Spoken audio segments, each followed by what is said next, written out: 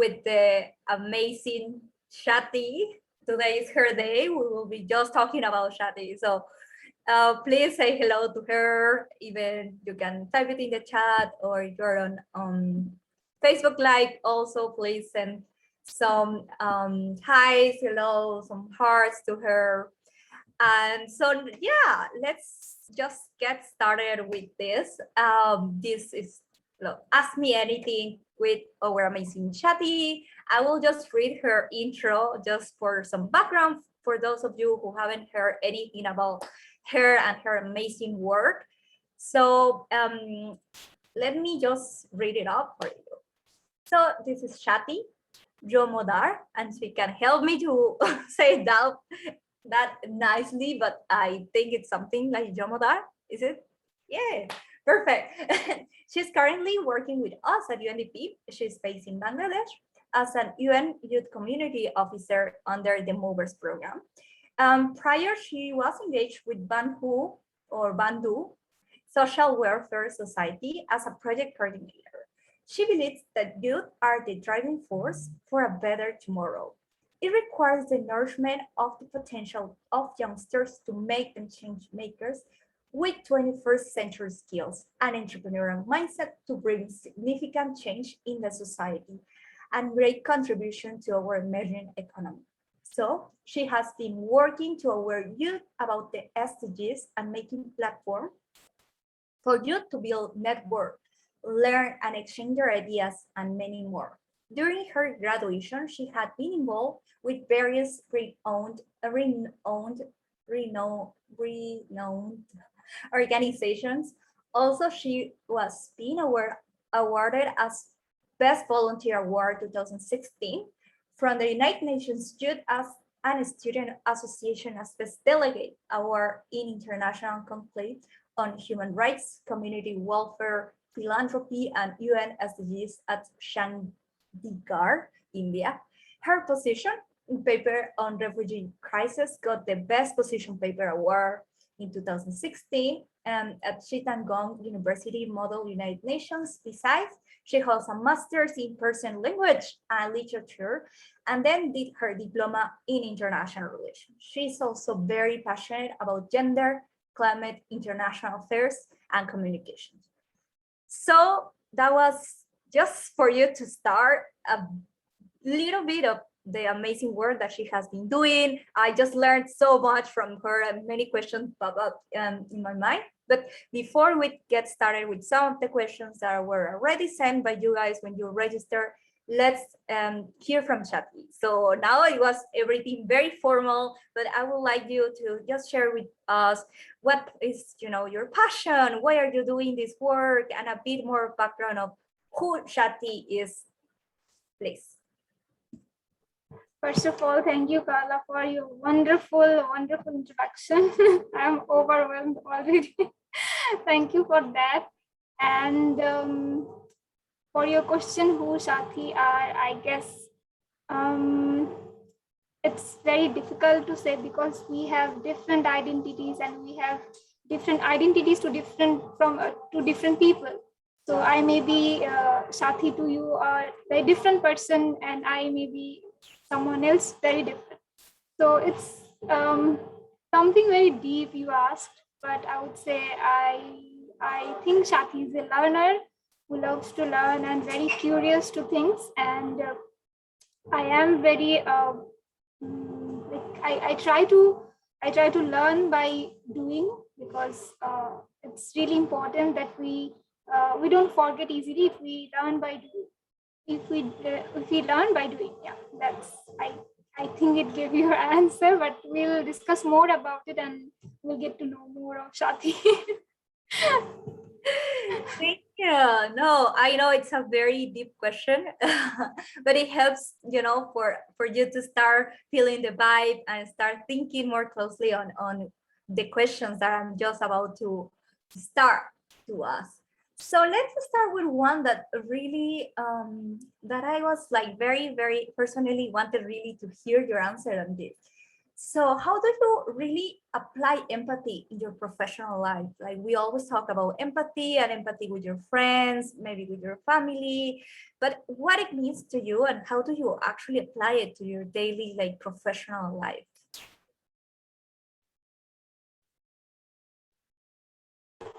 Okay. So thanks for the question, whoever asked it. So I would say I'd be very honest that before working at UNDP, or before working at from what when I entered in my professional life, before that I didn't know about what is empathy. But as a person, I have always be like listening, or I have always giving other person's opinions at a priority. So when I joined my career, or when I entered my professional life, I got to know the term empathy. So it really excites me because I already practice it. But but after knowing it, I can practice it with a systematic way. So if I go back to our leadership module where we talk about empathy map, where we teach people about how can we see, hear, feel, and then think, and then say. So that's a very systematic way of practice the empathy map. So that's really important. Before we say, we need to think other people's opinions, and we need to understand. So before understanding, we need to hear, and then we can see, observe, and then feel, and then we can say. So uh, because we say things without feeling it, without understanding it. So that's really important. And if I talk about the professional in my professional life, and how can they practice it in the professional arena, so it's really important. uh, I don't think so it's really different from personal to professional life. It's pretty similar. So the practice and the way of practice is really very similar. So it's not very different. Yeah, so the way you're seeing it here, as I understand it, it's yes, there are many Shathys, right, in your life and in different, but there's always this like core things that resonates with you, and you just like, it doesn't matter if you are, you know, you cannot just be you cannot just have empathy with your family, right? If you have this as core of your of who you are, it's going to be in all your areas, including your professional life. So that's super, super beautiful to hear. And now that we're taking into this direction, I would like to hear what drives you. Like, you know, now you're sharing how important it is for you to listen, to act with empathy, but what other things are like main drivers for you in all your aspects in your life? Okay, so if I understood your question, that what drives me towards my work, what was the driving force? Okay, so it's really important because we in Movers program we always talk about understanding your interest, look for your passion. So when I started understanding what I want in my life, it would be like early in my universities. So when I started my university, I have done many voluntary works. I had been involved in many clubs. So I guess it's really important that we get time to involve with other things apart from our education. So it's really important because it gives us a way of different thinking of way of life. Because um, otherwise only education would, I would say, it would stuck us in only one direction. So if we do other things in life, it will give us different perspectives. And I would say while doing voluntary works, while involving with many activities I have done in my university, so it gives me a purpose because I started liking the things whatever I do related to volunteerism. So I think as soon as I finished my university, like I finished my honors, then I decided I would be going in development sector. Because I have seen many friends and many classmates of mine have chosen a different career path. But I would say we need to choose something that gives us happiness and also enjoyment and also a purpose of why you are doing it. So yeah. Thank you, Carla. Thank you so much for answering that. And you're just like highlighting the importance of volunteering, right? I think that's so powerful because normally when you get asked this question a lot, once you're working for development, it's like, what did you study, or like how, like, did you manage to get this job opportunity? And I guess one thing that resonates with most of us that we are part of this team is that actually before even knowing that we wanted to do development, it was to be connected to different causes, right? And working towards a better future in any other way. So I think that's very, very powerful, and something that connects again with another question that we got. That is like, how did you manage to create this whole movers community in Bangladesh? Like how, from scratch, how has it been to move, youth, to empower young people? Could you tell us a bit more about your journey? Sure, Carla. So I guess in last year, 2020, in September, I joined UNDP. So before that, I was working at Bandhu Social Welfare Society as a project coordinator. So that was really a whole different work for me because I have been working for the transgender community. So after that, I have joined UNDP Movers team, and I wouldn't say I started from scratch. It was already quite amazing people already there, and they have been doing amazing work already. So I added value to that, I would say, because there are already people, there are already volunteers like Lamia, Zawad, and many more who already started it very beautifully. So I added value to it, and I would say the people, mainly the movers of Bangladesh, are very, very supporting, and they supported me throughout my journey. And that's why it sometimes one thing I want to mention, Carla, that we always talk about, that if your team members needs to understand your purpose, and you need to instill that to the members, to your team members. So I would say I'd be very proud of that. The members of my team, or the movers of Bangladesh, they really understand my purpose, and they have it in their passion. So that's why they own it. So when people around you own your work, they treat it as their work. So it really simplifies your work. So that's why I would say my journey has been amazing because of that. Thanks for sharing. And one thing, sometimes for us, it's hard to say, like, how to become a leader, or, your position. And I'm sure, and I just want to share with you this, that although, yes, that it's a lot of work, and a lot of people that have been working with you and supporting you and volunteering with the Movers program, the Movers in Bangladesh would have never been what it is right now without you being there, and that's very important that you take it ownership as well on that part, that this is what is happening now. It's pretty much connected to the way you are involving and you are engaging with the community of young people and young leaders as well. So I would just connect with that with another question that we got. That is, can you share with us some leadership and management skills that are part of you and that are helping in your journey, not only in the Movers community, but in your work before and moving forward as well? Okay. So to answer your question, Carla, I have never started working to become a leader because because no one does, I guess. We start doing things in a very small portion of things we start doing.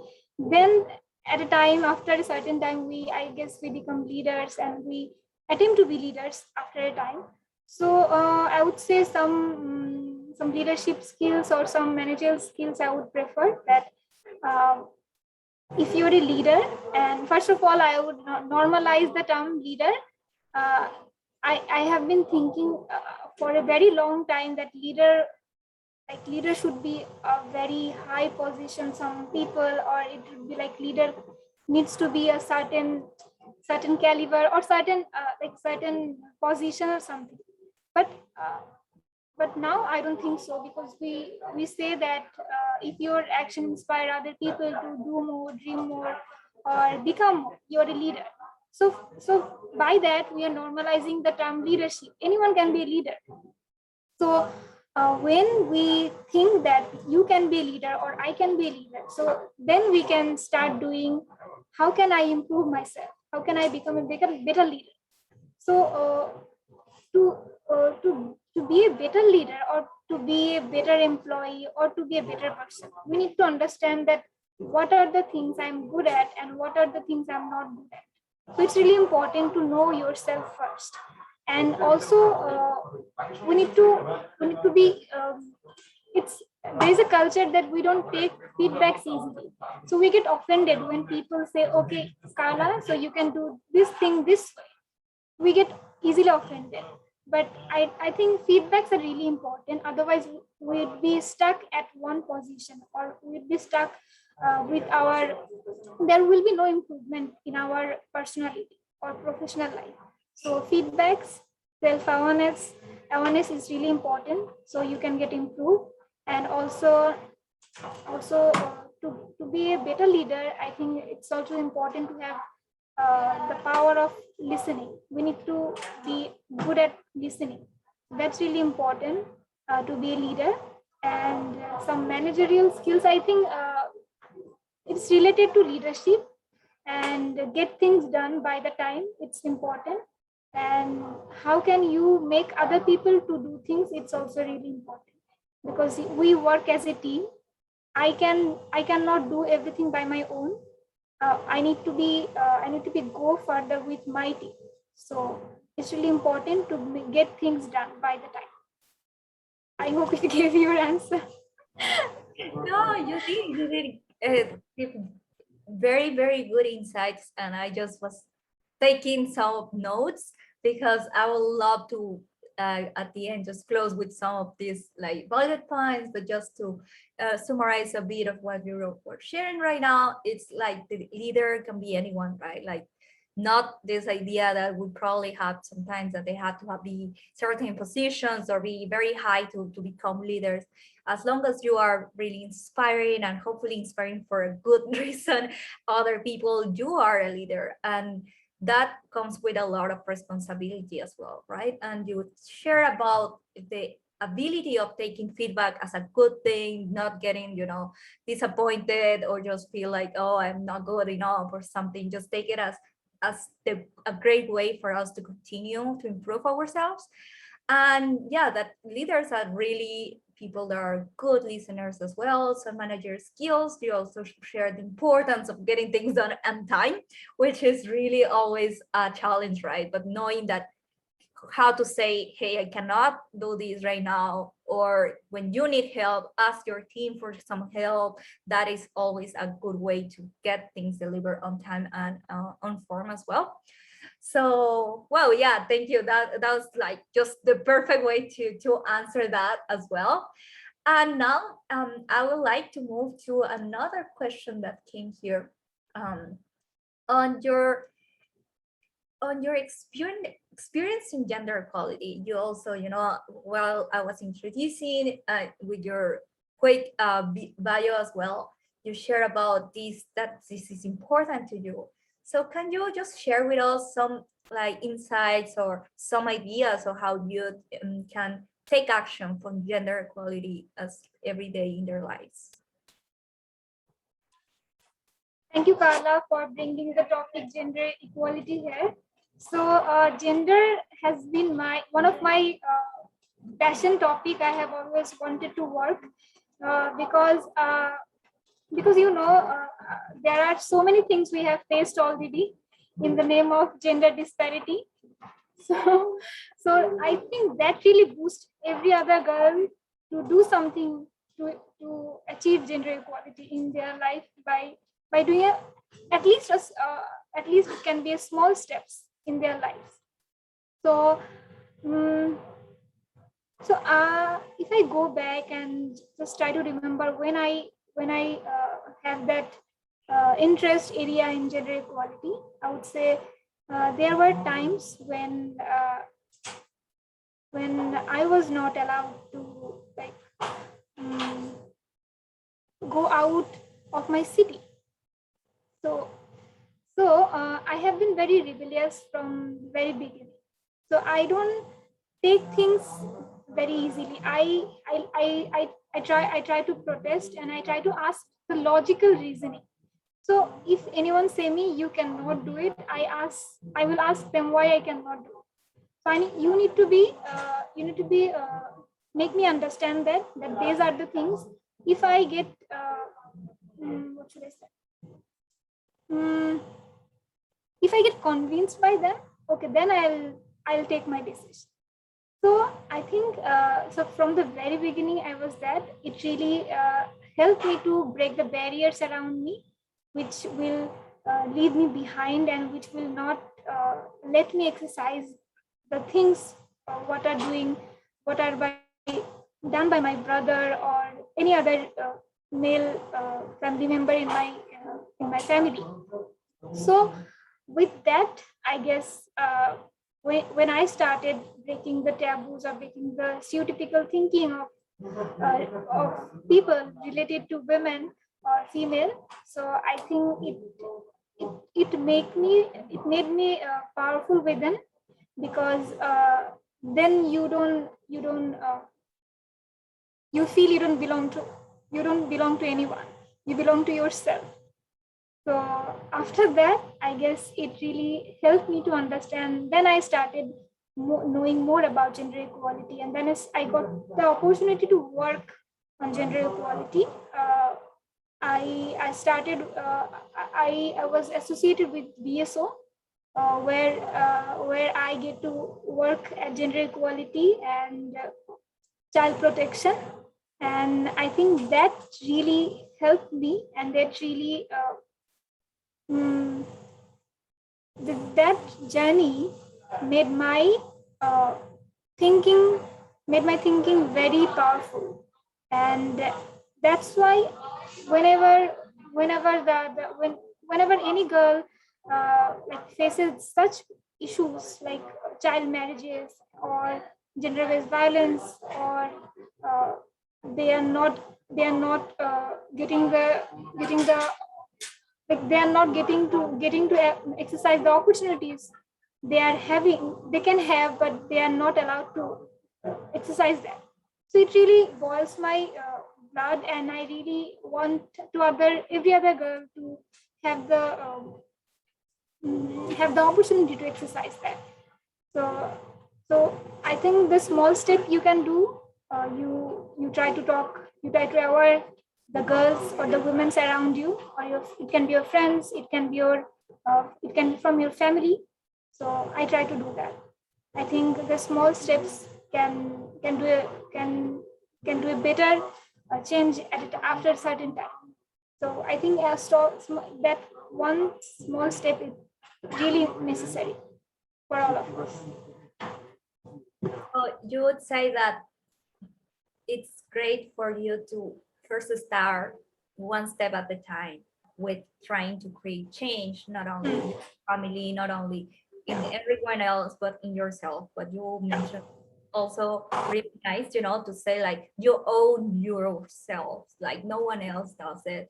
And I think like we do have some questions that were related to the same, like gender equality, some advice for you young girls in Bangladesh. And I think you are just like coming out with that, answering this question, which is basically for them to start small, start by asking, start by understanding what is the rationale behind why is it that I cannot do this, or why is it that I should be doing this. So when you question it, it's the first thing to start to work towards gender equality as well. So I think talk about it, come to people around you, share how you feel. That's the first step. So is there anything else that you would like to give us an advice for a young girl in Bangladesh? Yes. So I think there is something I have seen very common in the girls in Bangladesh. They are very lack of confidence because no one is there who would come to you and say, okay, you can do it. I put my trust in you and you can do it. So it's really important to say the girls who already in suffering from inferiority complex, and they think that okay, no one else would believe me, or I'm not gonna do it, or I can't do it. So it's really important to believe in yourself, and we need many people or more people who can invest their trust to the young girls. So that's really important. So I actually try to do that. I don't know it's enough or not, but I try to do it whenever I get time, and I try to encourage them, and I try to encourage the people around me and in my network, so they can at least try something with that confidence. No, and just to add on what you're mentioning, I think for young girls in Bangladesh to see you, and seeing what you have done and see you, running this whole community, that's already very empowering as well. To know that there is this girl, she's, young as me, she's so empowering, she's like leading, she's like doing all this. That's how they also get inspired. Sometimes we think that it has to be very direct, and it has to be like, hey, like knocking doors and sharing, like this is how you should do it. By being an example, you're already creating change. And I see it, and I totally understand like what the context is in your country.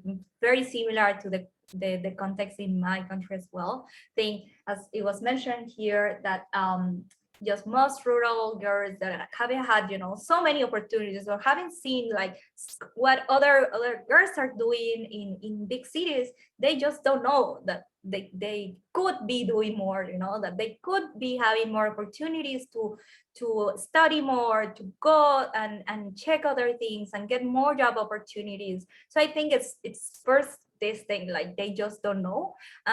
But absolutely agree with you that whenever you have a chance and you can share your experience with someone, that's already a good way to connect with other girls and empower them. But absolutely, I will just go back to what I was mentioning. You, just by being you and leading the movers community, you're already inspiring so many girls. So keep that in mind.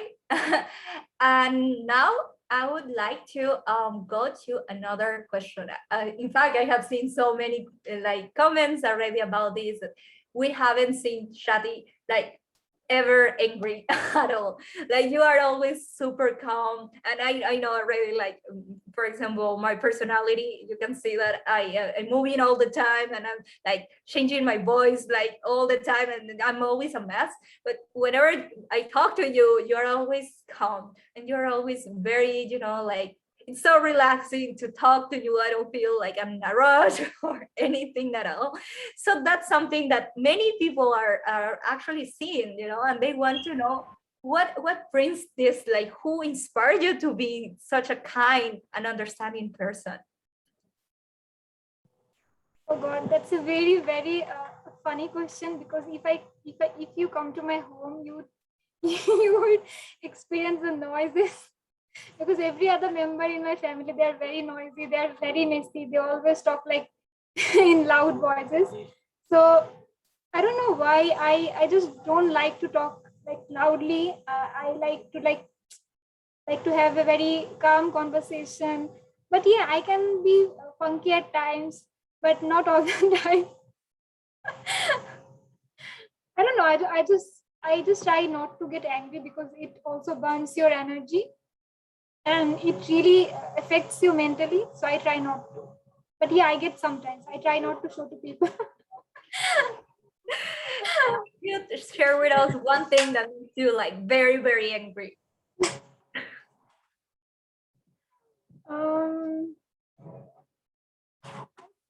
That if I come at office, like if it's related to office, it's like if you have any plan, like if you do something after office, and suddenly and you get sudden work, you need to finish before going to home, and that, I think that really irritates everyone. The last moment work, yeah. But if you are at home, it's fine because you can do it, yeah, by your time. You don't have any rush to go home. I totally agree with you. That doesn't feel right. Okay, so thank you so much for sharing about that. And now let's go to another question. So personally, what do you think has been the biggest growth for you since you joined the Movers program? Sorry, biggest? Sorry, I didn't hear you. Oh, the biggest? Okay. Yeah. What do you think has been your biggest growth personally since you joined? Oh, what was my biggest role when I joined UNDP? Growth. Oh, growth. Oh, yeah. There are so many. Yeah, no worries.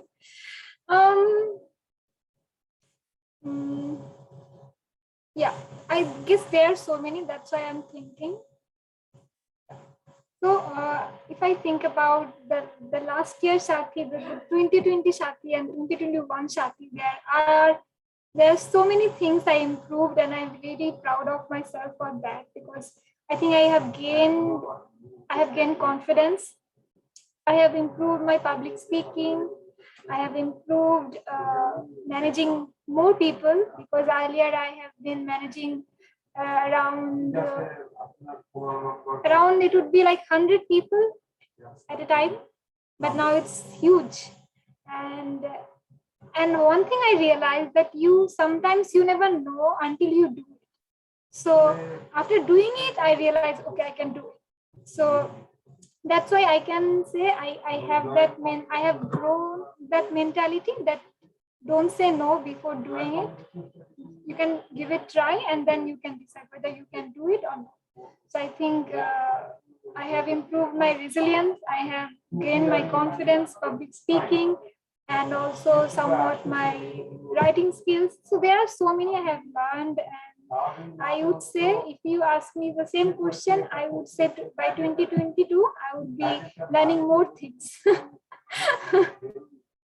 Thanks to Movers program. That is so nice to hear. And I think most of us would agree with you, right? Like doing this job, you actually get to learn so much. And especially that you probably before joining, you had no idea. It was like so like out of even, you couldn't even imagine like growing and working with 100 people. Now you can, and now you are able to. So that's really, really nice to hear. So now I want to go back to this question that was asked, and who inspired you, Shathy? Who has inspired you in your life? I know like some of the words that always come to our minds when we talk about you are kind and understanding, but who inspired you to be who you are today? Do you have some role models, maybe in your family or people that you have read about? Could you share a bit about that with us? Yes. So I think everyone in our life, we have at least one mentor, or at least one people that we look up to. So I would say initially it was my mother, because I have seen her from the childhood that she manages everything. So that's why it really inspires me, that there is no such thing that it's a man's job, it's a woman's job. So I have seen my mother doing all the things and managing all the things by herself. So from that I have that confidence, because I have seen my mother already, and I have realized that I can do it. I can do it too. And after that, I would say there are a couple of my seniors, female. They were very kind to me. They were very generous. They are very curious to learning, because they always take me together with, like, at every other training, every other activities. They would take me and I would go with them like every other events. And so I think that and they, if I go back and think about it, I'm very grateful to them because they really shaped me as a person. And also uh, whenever I try to learn things people around me, that's really important because you can't have everything in one person. You can pick things. Okay, so Carla is good at this thing, I can learn from her that particular thing. So it's really important that whenever you meet someone, you at least grabbing something from them and you are practicing it in your life. So I think that's this nature of mine really helped me, and it inspires me because one thing I know that I can be perfect and I can be good at every other thing, but one thing I can do, I can keep on learning. I can be get better at it. Yes. That is so nice to hear. And first, like to hear what your mom means to you as well. It's always, your mom is the first person that you see like doing this or this other. And it's so nice that you learn from like very young age that you could do way more than what, my other people have expected, as a woman or as a girl. And that's really, really nice to hear that you had this like model in your life to know like, hey, I can do this, I can do way more than that. That's so nice to hear. I cannot like imagine how now is that can feel, to always have that support somehow as well. And I truly resonate with what you're mentioning now. Sometimes we don't have to have one specific just role model. We will pick what really like we like about different people in our lives, and we will make it our own as well. So for example, Shathy is super, super kind and super relaxed. It might be very, very hard for me to mirror that, but I can learn, from you and seeing you, connecting with people. I have seen also in the questions that you just connect so nicely and so quickly with strangers. How do you even manage to do that? And I can, imagine that has to do with this piece that you just share when you just introduce yourself, like people can feel confident straight away, right? So that's the way I perceive it, but I would love to hear from you. Do you think there's one tip that you can give us about how to connect with strangers immediately? Okay, that reminds me of something that I used to talk with people at buses, at cars, and they would like share me everything. And I just remembered one girl, just after meeting 5 minutes, she shared about her breakup story to me. And I keep on listening and I give her some good advice. I don't know, people just finds me that I won't judge them and I would listen to them. And that's why I guess they share to me. So it's really important, if you want to build a connection one-to-one, you need to trust, you need to build your trust with them, and they need to trust you, and they need to have that interest to talk to you. So whether it's personal, whether it's professional, relationship is really important. Otherwise, I'll be sharing anything to you if I don't connect with you. That's very so cool. After 5 minutes, you were involved. But that's really nice to hear. And connecting with people, it's a really skill that, of course, we can develop, but it says a lot about how people perceive you. In 5 minutes, they know already that they can connect with you, that they can share something so personal, and that's so nice to hear. But I hope you continue to just share this peacefulness with people, and more people get to know you as well. That's so nice to hear. And now I would like to go to another question that keeps coming, that is, how do you think young people can benefit from the movers community in your experience? Okay, so um, it's really vast that one can have so many things from Movers program, because I have learned so many things which I already mentioned.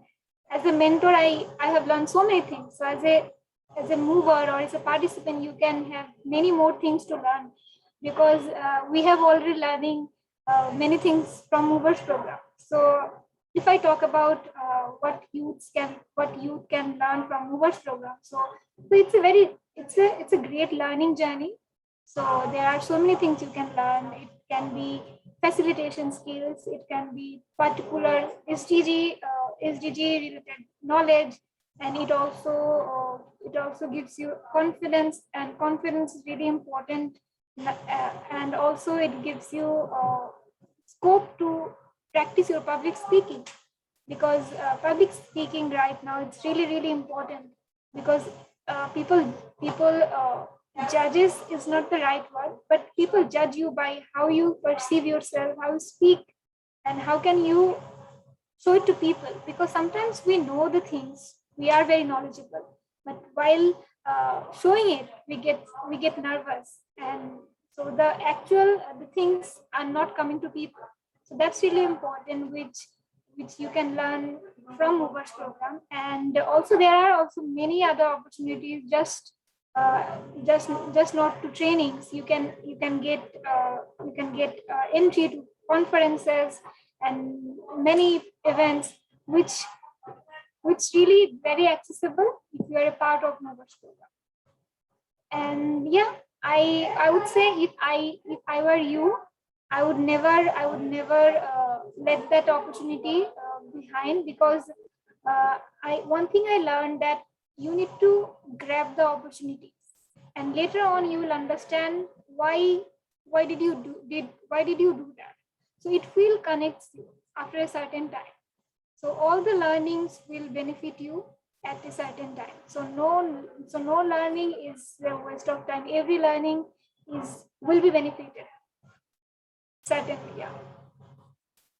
Yeah, thank you. Thank you so much for that. I'm sure that that was very inspiring for our movers as well. And now going back to that, I would like to ask you some specific advice or inspiration for the movers community in Bangladesh. How do you think they can make change? How do you think they should be thinking on the movers community in your country as well? So, mm, so I think for if I give any specific advices or suggestions, so that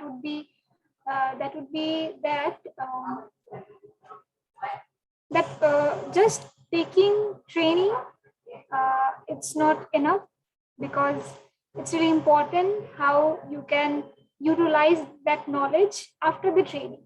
So that's our result, or that's our achievement. If the participants gets promoted to be a mover, and they can take action in their community. So taking action, we see we see that particularly as a achievement. So I would encourage everyone. So whenever you get time and whenever you are free, try to utilize that knowledge and just convey it to your community and share it to your friends. And just not training. If you want to take any other action related to gender equality, related to climate action or anything, I think we can support you here, because it can be any community project or anything. We would love to encourage you and support you. Thank you. Thank you so much. We are running out of time already. That was so quickly, but we still have some questions. And now let's go to one that is really really interesting. And I'm very curious about this. Do you have some pieces of advice for your younger self that you would like to share with us today? I guess yes. Uh, mm, so I would say as when I was younger than now, so I was not very clear where my life would be taking me, and I was very was very depressed for a certain time. And if I go back and I could say to myself that there will be a pleasant future and there will be so many good things will be happening in the future, and I shouldn't be sad, I shouldn't be worried about it, and I need to keep on doing. Yeah, I know when we're younger, everything seems so overwhelming sometimes. So that's really nice to hear. Thank you so much for sharing. And now a question that is intriguing us all. Shathy, how do you keep your body so fit during lockdown or working from home? Like, you're so skinny and we all have gained so much weight and our life has changed so much and becoming so lazy. Like, please share with us what you think. Some insights, please. Oh God, my mom would be asking the same question to me. Oh God. I don't know, just I actually don't do exercise like Linka. She's super active in doing exercises and other healthy things she does. But I don't do actually, but I try to eat less rice and I try to avoid potatoes. I try to not to eat sweets. And I really don't like sweets. I don't know why. I like things which are spicy. So, and I eat before like 2 hours ago when I go to sleep, because you need to digest your food. I don't know where it's going. Yeah, I guess that's it. That's pretty straightforward. Yeah, I mean, it sounds like nothing, but already like having few carbs in your diet, that makes a lot of difference. So yeah, I totally don't know how I would survive without potato. I I love potatoes, and do you eat like fries or not really? Yeah. I love rice. That is just so crazy. But I mean, thank you for sharing. We will totally take that into consideration. If you guys are thinking of changing your diet, this is how Shathy does it, and it's clearly working, so we can all learn from that. And okay, so now that we have that in clear, I see a lot of people trying to get that inside. Many people were really looking for that, for looking forward for that answer.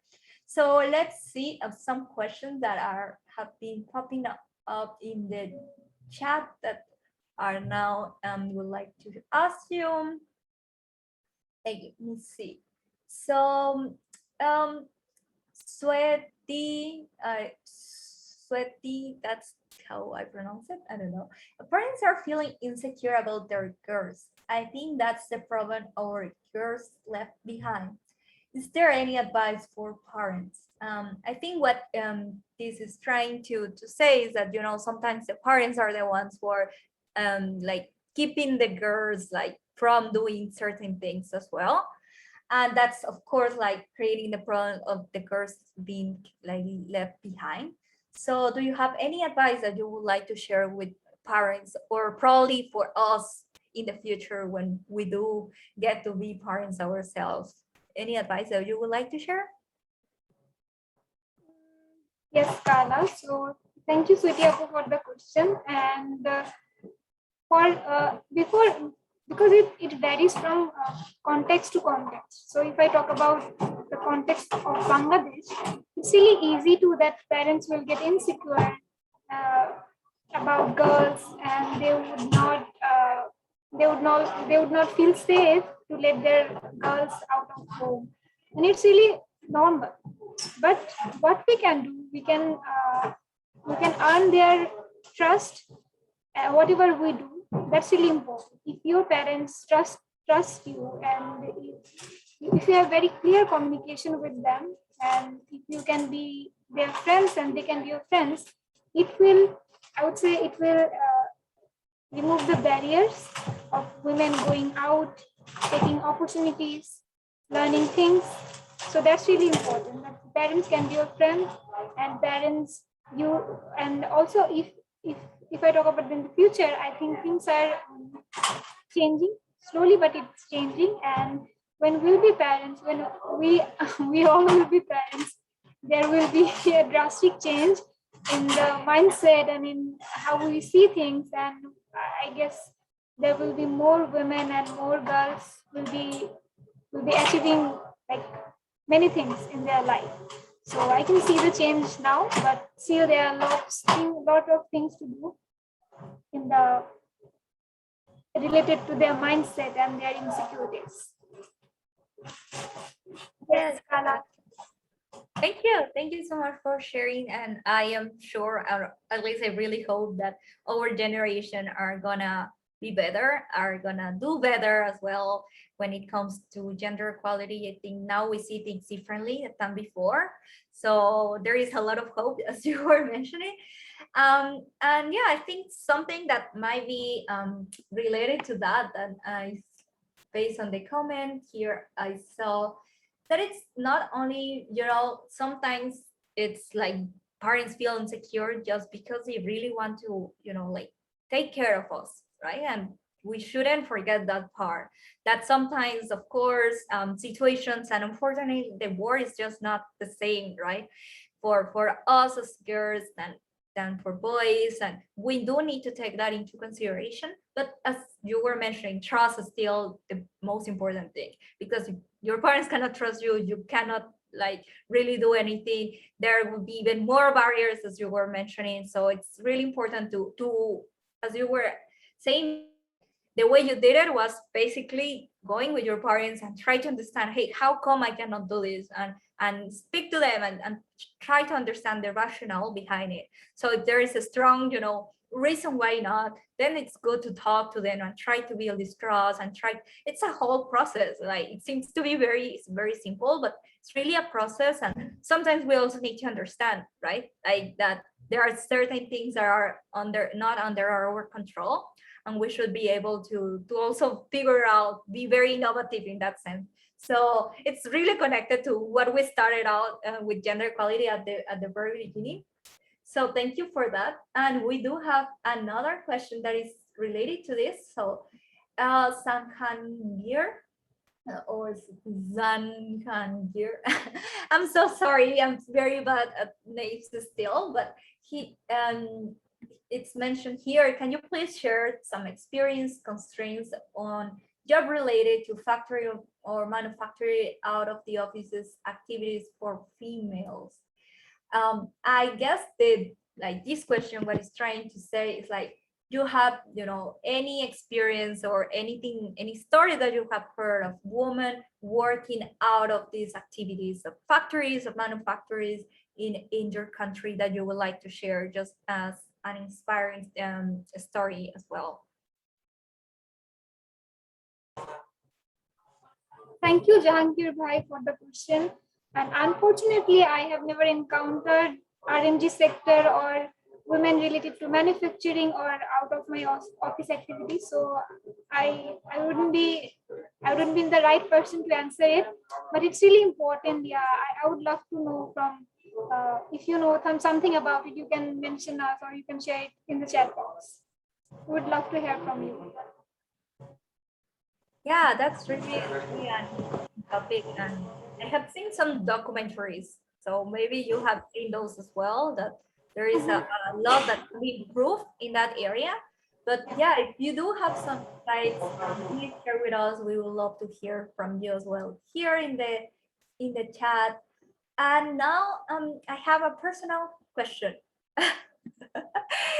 Shathy, your dress is so nice. It's so beautiful and it's so elegant, as we were mentioning before. But I would like to hear, like, how do you keep this on place? Do you have like needles behind it, or it's just like, how?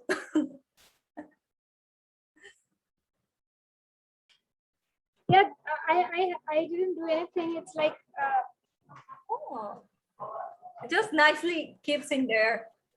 Wow. yeah. That is so nice. And is it like part of, when you go to a formal event, is it like always meant to be just like laid on your left? No, no, no, it's not like that. You can have it at your style. Some people have it like in the neck. Some people have it like it's covered by the whole upper side. So it It can does, be your style. Yeah, it doesn't but like it be just looks, fixed. it's so elegant and it's like so simple, but it changes the whole thing. So we didn't come up with that in Mexico. So just seeing it, it's like, wow, like how this special touch just changes the whole dress. That's so nice to see. And yeah, the color as well, it's a rare color to see, like it's very unique. So I just want to mention that everyone is seeing it, that we are all in love with your dress today. It's so nice, the color, and you just look so stunning. I feel bad, like next time maybe I would have like come up with something nicer. I feel like bad now to match how pretty you look. Like we should all come with ties and everything for this event. But no, I just was very curious about that. But Thank you, Carla. yeah, so we still have some time. I will just wait to see if there is any other questions that keep coming in the chat that we can be asking as well. But yeah, in the meantime, I'll continue with my own questions. So one thing that it's for me like very, very interesting would be to know a bit more about like Bangladesh and how your studies. You have studied like Persian literature, which I cannot even start to imagine how beautiful that can be. Like coming from so far away, would barely hear about the main things in your like culture, your customs. So it will be so nice to hear from you some things that like only happen in Bangladesh.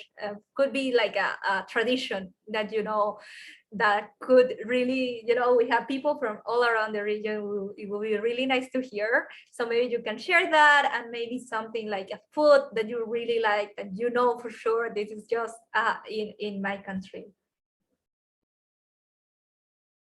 Thank you, Carla. That's a very nice question. And I think Bangladesh is very unique with their culture, with their language, with their history, I would say, because in 1971, we fought against for our liberation, and that history makes us that history shaped us as a country, because from that we are as a country we are very resilient, because there are natural disasters, there are so many things happening. So, but as the country is very resilient by their nature, because there are history behind it, and also the people here are very very friendly. So that's one thing I would say. So there are and compared to city, from the villages, the friendliness is more visible.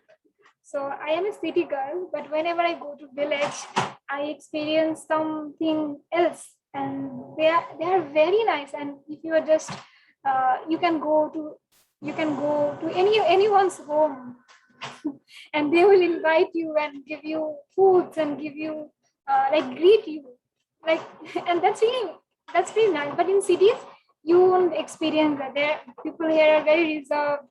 It's very cosmopolitan city, and we don't see it very often here.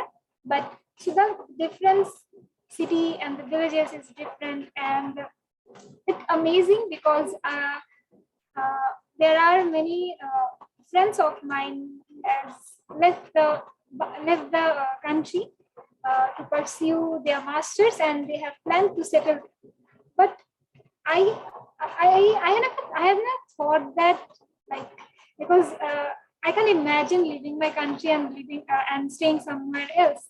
Yes, I love traveling, and I have been places, but after certain days, I feel like I need to go home. Someone sent me Bangladesh. So it's really nice that the majority people here are very patriotic and they love their country very much. And without all the not happening things, or people commit to stay there and work for the betterment of the country. So people here are very, I would say, they are dreamer. They are change makers, because there are so many progress are happening in Bangladesh. So I would say, and also if I talk about the places, and Linka has been visited to some of the places of Bangladesh. So there are Cox's Bazar, there are Chittagong, there are Rangamati, Bandurban, and you have the Silet. So I know, Carla, you are not imagining the places by name, but but yeah, I guess there are people from Bangladesh in this call. They would imagine it, how beautiful the places I just mentioned. And uh, and just message that come to hill tracks of Bangladesh, I welcome you.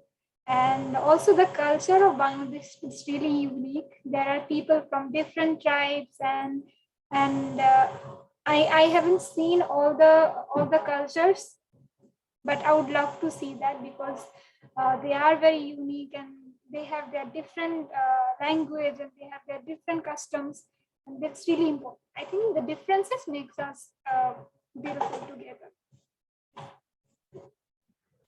Yeah, that's so beautiful. I cannot wait that COVID, let us travel. I would love to visit your country. And it's such a young country as well, and to see all this progress happening so quickly, that's also really, really like amazing. And to see your people like working for the betterment of all, that's really powerful. And really thank you so much for sharing. Those are my personal questions, but I'm pretty sure there is other people in this call that love to hear that as well. And we have here another question that is, maybe I can go to, I would like to know how Shathy Apple deals with challenges or failures. Okay, thank you, Kayla. So I think how I deal with failures and challenges. So the two things are very different. One is failures and one is challenges. So failures are something that we couldn't do it. So I think there are plenty of failures in my life I have encountered so far. And I would say earlier, I would name them as failures, but now I name them as my learnings. So that's really important, how you see your failures. So every failures, I would say, it shaped me as a person, because if it gave me some more time to understand why I failed, how can I get better and try again. I still remember one of my first very interviews. I cried after the interview when I I was not selected. But then I gave like around 15 to 20 interviews, and I was not sad, because one particular interview in 2019, after giving that, I knew that I would be selected.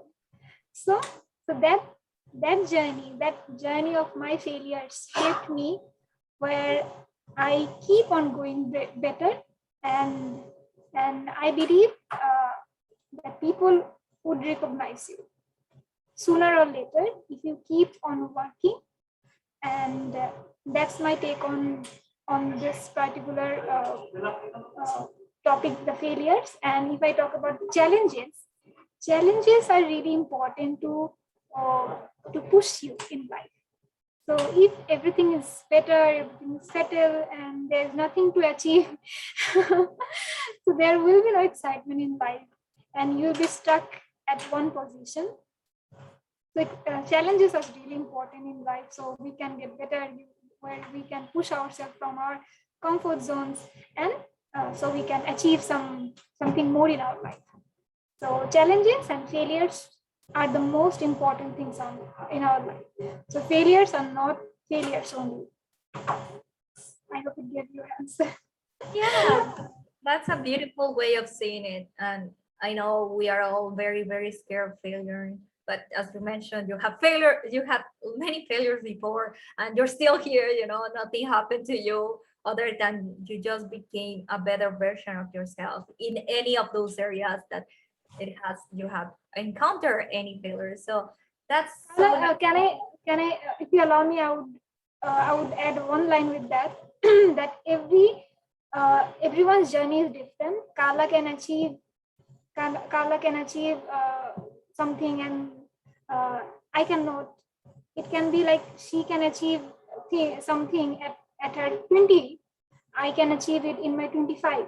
So every other journey is different. Do not compare yourself with the other person. And if you want to, one thing you can do, you can learn from the other person who already achieved it, but do not compare and get hopeless about it, because there is a certain time to achieve it, and whenever the right time, you will get it. Awesome. Thank you so much for sharing that final part. That was the best part of closing that topic as well.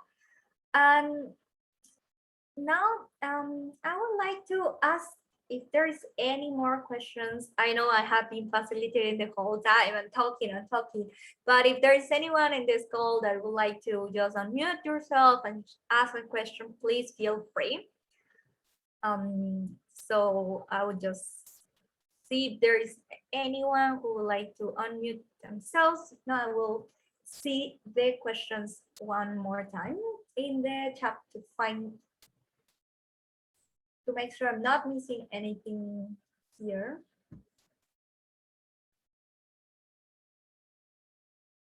So if there is no one, I will go ahead and ask the question that Linka kindly shared, which is, when foreign friends visit you in Bangladesh, where would you bring them to show them your good childhood memories?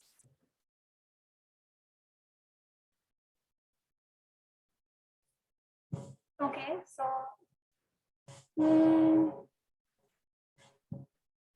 I would definitely bring them to the city where I grew up.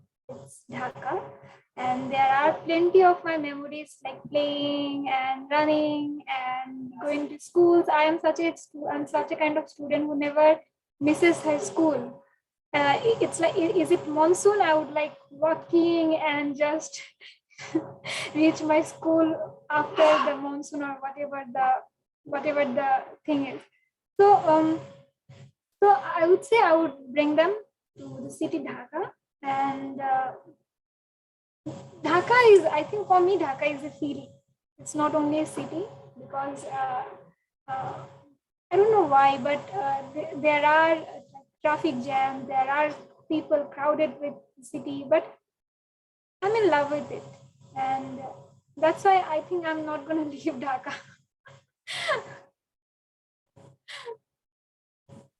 Thank you. We would love to go and visit you in Dhaka then. Looking forward for it. And here another question that appeared was, what's your experience working with rural communities in Bangladesh? Did you enjoy it? Did you have a good or a bad experience that you would like to share with us? Okay, yeah, of course.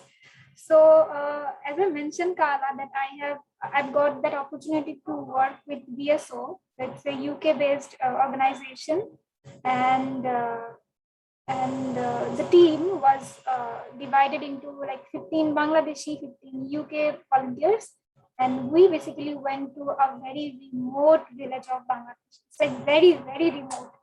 And that 3 months experience of mine, it, it changed my perspective. Like staying in Dhaka, in the city, there are things you won't understand. And you won't understand the perspective of people from villages. So when I started working there, and I totally changed my costumes, the dress codes I used to wear in Dhaka. And also my fellow UK volunteers, they used to wear the salwar kameezes with with the scarves. So because it's really important wherever you go, it's really important to understand their cultures, their perspective, and their thinking. So otherwise, it would be very difficult to work with them, because you will be working with the people. So I would say it was a quite mixed feeling working in the rural community, because there were failures as well, because it's not easy to change their mindset at one night. And I would say one particular event, I cried after that event, because we went there to like prevent child marriages, to aware children, specifically on the children, to aware them on the good touch and the bad touch, because we all know the violence on the abuses on the children. So and then there's one particular event that I couldn't, or our team couldn't cancel the child marriage. And it really broke me, because what was the purpose of me going there if I couldn't do it? Because we can intervene in family matters, and the local officials also agreed to that. So there were there were some failures that I would say whenever you go to village or go to the rural community, you will face, and be prepared for that, because it won't change overnight. It will take time. But I would say also there are very, very pleasant memories I have gathered working at rural communities. Thanks for sharing. And yeah, it's important to keep that in mind, that not everything is gonna go as well as you plan it. They do have their own way of doing things. They have been doing things their own way for so long that when you come as an outsider, even if you have all this energy and you have prepared so well, you don't know what you're gonna really face once you're in the ground, right? So thank you so much for sharing your resilience, and just to know that things happen, and you need to move on and just continue, and you shouldn't just, because one thing didn't go as well as planned, then that shouldn't be the reason why you stop going ahead and creating this impact as well. So no, that's so nice to hear. Thank you so much. And so now we still have few minutes left. If there is any other question that you would like to ask Shathy, please type it in the chat. I will be happy to answer. Let's see. So Nishat is asking, what's your suggestion for people who will join the post-COVID job market? Okay, thank you, Nishat, for your question. And I think we have experienced a very dynamic shift on the job market post-COVID, and I would say we'll be seeing more often of it, because there will be a shift of skills. There would be a very change. There would be a large change on the from the employer's side. So it is really important that you should be prepared, and just to get knowledge and get the idea what would be the preferred areas or preferred skills that would be needing after the post-COVID era, and I think since we are in the 21st century, and there are some preferred skills, we are will be promoting it. So there can be work development, there can be leadership, there can be communication, there can be um, problem solving skills. I think that's so I think that would also resonate after the post COVID job market. So if you want to get prepared, you can have a look and get the idea of it. And I think we all will be facing some issues after the post COVID, because we don't know about like what exact change will be gonna happen after the post COVID era. Sorry, after the post COVID. So, but it's better to have the idea and the knowledge uh, to adjust to adjust after the post COVID. Yeah, it's been such a dynamic and very everything has changed so quickly that it's hard to even imagine how the world would be itself. But thank you for how you answer it, and I totally agree with you.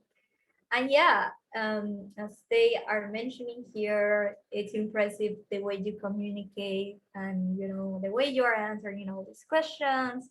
It's always, you're really aware of your words. You're really calm. That says a lot about you. So I just wanna say thank you first of all for taking the time to going through all my questions, and I'm just the voice of so many people who want to know more about you. So it's really nice to hear you and to understand a bit better of who Shathy is. At the beginning you were like, I don't know who Shathy is. Shathy is so many like different facets at the same time. But we all, I think, can agree at this time that there is one Shathy, and there is a Shathy that is very professional at one time, but also very caring. You are such a nice leader. What I mean by nice leader, that's something that's very hard to find, because we do have all types of leaders, and with the movers community, we explore that in detail. But to have a leader that really cares and really, see things as, failures are okay. And one thing that's super powerful for me also to hear that you're just really in love with your country, and you are doing all this work and field work and development and everything for the betterment of your people. As you were mentioning, that you wouldn't just imagine yourself living anywhere else. You always just wanna go home, and that's such a nice thing to say. And that reflects, your passion and how you are really taking this role with the movers community as a way to continue this, and to enrich yourself more on how to do community building and how to get closer to your people and help them as well. So that's so nice and so powerful to hear.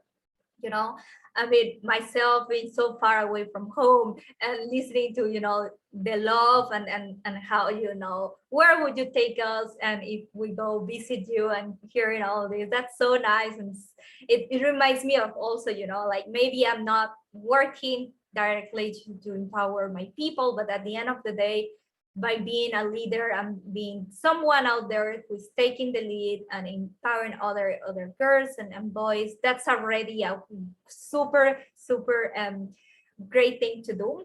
I want to just close up with say, like, I heard so many thank yous already. This has been such a really authentic and hearing from you. I think we can all now understand why someone would talk to you about their breakup in 5 minutes after knowing you, because you just feel so confident that you are listening, that you can build trust with other people. So that's just such nice to hear.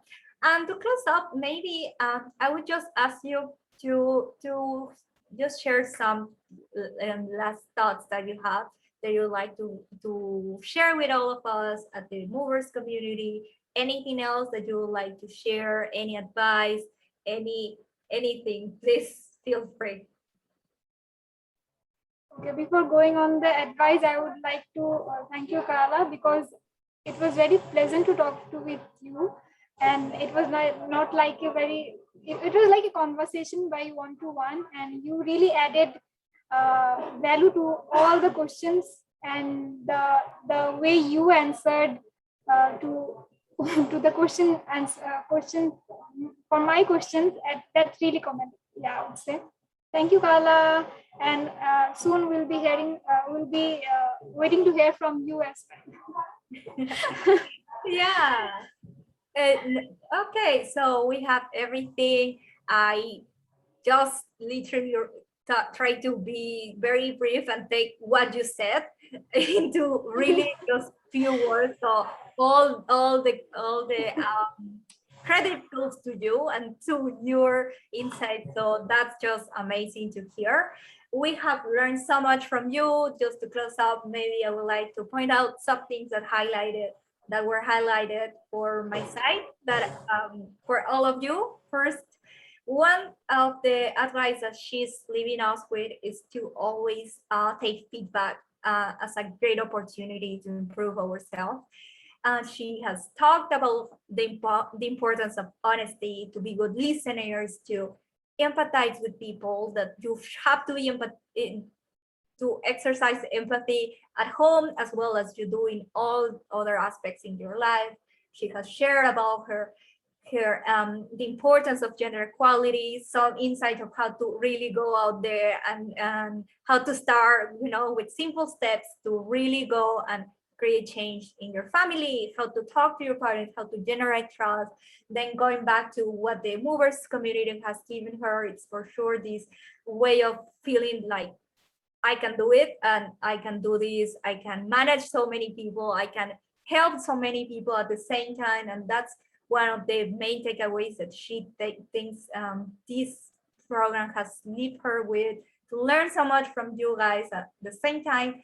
And at the end of all this, I think we have seen Shathy as for who she is, a great leader in Bangladesh, someone who is inspiring so many people, and you are such, supported and encouraged at least everyone around you as a main thing. So that's just how I want to close this session. It has been super inspiring to talk to you, and I try to make it more one-on-one, so you don't feel like you're like being like just bombarded with many questions. So thank you so much for your time. Thank you for everyone who stayed to hear all these lovely insights from Shathy. And we will see you guys very soon in our next Ask Me Anything session. Yes. Thank you, everyone. Bye-bye. Bye.